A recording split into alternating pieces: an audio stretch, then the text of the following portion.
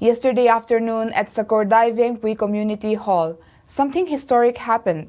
The government of Mizoram signed a memorandum of settlement with the HPC-D insurgent group. The group, led by Lelmingthang Sanate, has now agreed to lay down arms. For decades, part of Mizoram, especially the Mar inhabited border regions, have lived under the shadow of insurgency. Fear was not always visible, but it was always present. Development slowed, opportunities were limited, and trust was fragile. But now that chapter may finally be closing. As part of the agreement, 43 cadres of the group are shifting to a peace camp in Mautar. This is not just a relocation. This is a transition from conflict to dialogue, from weapons to rehabilitation. The final surrender ceremony is scheduled for April 30th at CTI Sesong. That day is expected to mark the official end of armed activity by the group. What makes this moment even more significant is what it represents. Officials believe that with this agreement, Mizoram may no longer have any active armed insurgent groups, a state once affected by insurgency, now stepping into a future of complete peace. This peace process began quietly in mid-2024. It was not loud, it was not dramatic, but it was steady. And today, we are seeing the results. Peace is not just the absence of conflict, it is the presence of opportunity. And for Mizoram, that opportunity may have just begun. At the Ijal Club yesterday, Mizoram Governor General Dr. Vijay Kumar Singh released a book. The book is the autobiography of former Chief Minister Puzoram Thanga. Its title is simple but powerful, From Guerrilla Fighter to Chief Minister.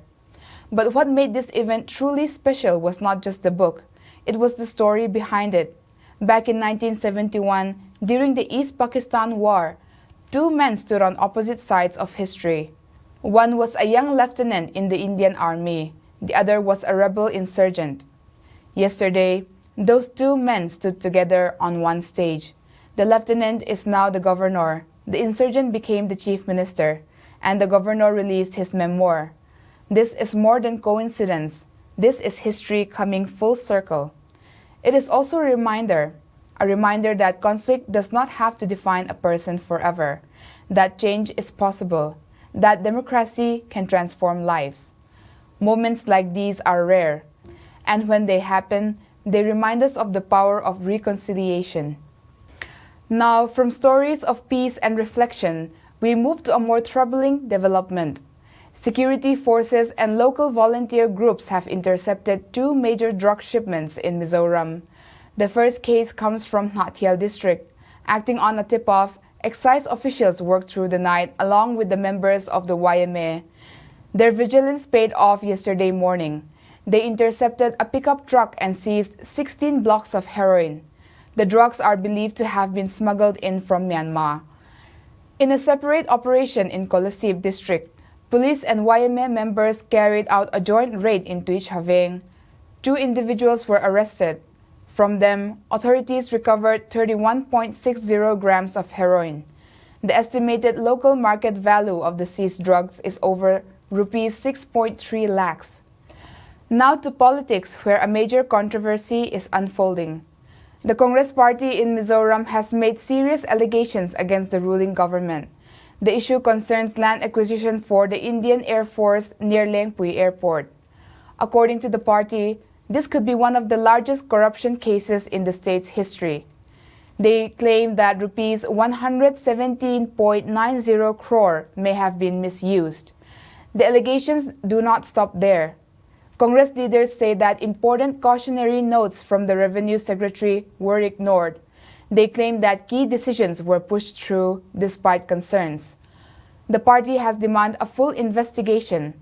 They also stated that a complaint has already been filed with the CBI in February. At this stage, these are allegations. The government has yet to respond in detail, but the scale of the claim has raised serious questions. And in a state like Mizoram, where governance is closely watched, this issue is likely to remain in focus. Now, a story that affects thousands of families across the state. Enrollment in the Mizoram Universal Healthcare Scheme, known as MUX 2.0, has seen a sharp rise. As of yesterday, more than 29,400 families have registered. That is 9,000 more than the previous version of the scheme. This increase suggests something important. People are seeing value in the scheme. They are choosing to enroll. Due to the upcoming municipal elections and the Model Code of Conduct, the deadline for registration has now been extended to May 15th. Health Minister Pilar Rinpuy has defended the scheme against criticism.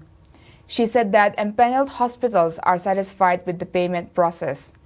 She also stressed that the scheme provides essential support for families without government jobs. Healthcare is often a silent concern. People do not talk about it until they need it, and when they do, the cost can be overwhelming. Schemes like MUX aim to reduce that burden, and the rising enrollment suggests that more families are looking for that safety net. Now to stories of hope and community support. In Sertip, the Assam Rifles organized an educational tour for students from the Shalom Special School. 18 students traveled to Shillong. For many of them, this was more than just a trip. It was a new experience, a chance to see different places, to build confidence, to learn beyond the classroom. Such initiatives may seem small, but they have a lasting impact. At the same time, in Kozol District, the Child Protection Unit has been working quietly but effectively. They have been providing financial support to children in need. Since 2022, 486 children have received assistance. This support helps them to continue their education despite health issues or financial hardships. These are not headline stories, but they matter deeply because they shape the future, one child at a time. Now we turn to another controversy, this time involving the state's rice supply system. The MPCC has announced that it is filing a complaint with the Lok Ayukta. The issue revolves around a contract given to a farm called LZ Juice. The allegations are serious and detailed. The party claims that the government chose a higher bidder instead of a lower one. They also point to conflicting data obtained through RTI. In one response, the firm reportedly supplied 180,000 quintals of rice. In another, the figure was 200,000 quintals. There are also concerns about quality. The tender was for grade A rice, but the supplied rice was allegedly of lower quality. And then comes the most unusual claim. Transportation logs reportedly show a Bajaj Pulsar motorcycle carrying 800 bags of rice, a Ford Fiesta car carrying 700 bags, and large trucks carrying as few as 2 bags. If true, these records raise serious doubts. The Congress Party says these logs may have been fabricated to match inflated figures. These are strong allegations, and like the previous case, they demand a clear and transparent response. Now to the upcoming municipal elections in Aizawl. Home voting has already begun. This initiative is designed for elderly citizens, persons with disability, and those who cannot travel to polling stations. A total of 2,769 voters have registered for this service. Election teams are visiting them at home, along with security personnel and representatives from political parties. Among the first voters was a 102-year-old woman from Dorpuiveng. At the age of 102, she chose to vote. That image tells us something powerful. Democracy is not just about systems, it is about participation, and participation has no age limit. The main polling day is scheduled for April 21st. Meanwhile, a political clash has emerged over a playground project in Bongkon. The ruling party and the opposition have both inspected the site, and both have very different views. The ruling side claims that Rs 5.04 crore was spent on a field that is unusable.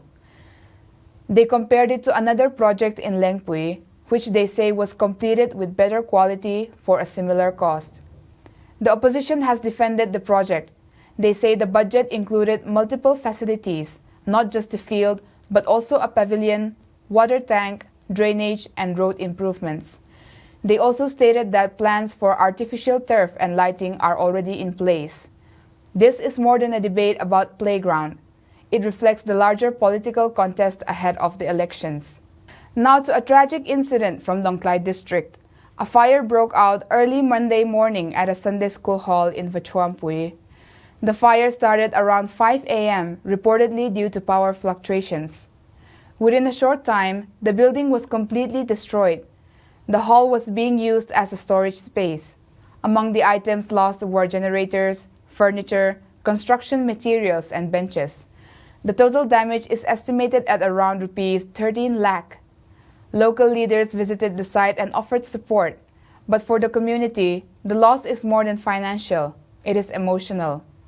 Places like these are part of everyday life, and when they are lost, something deeper is affected.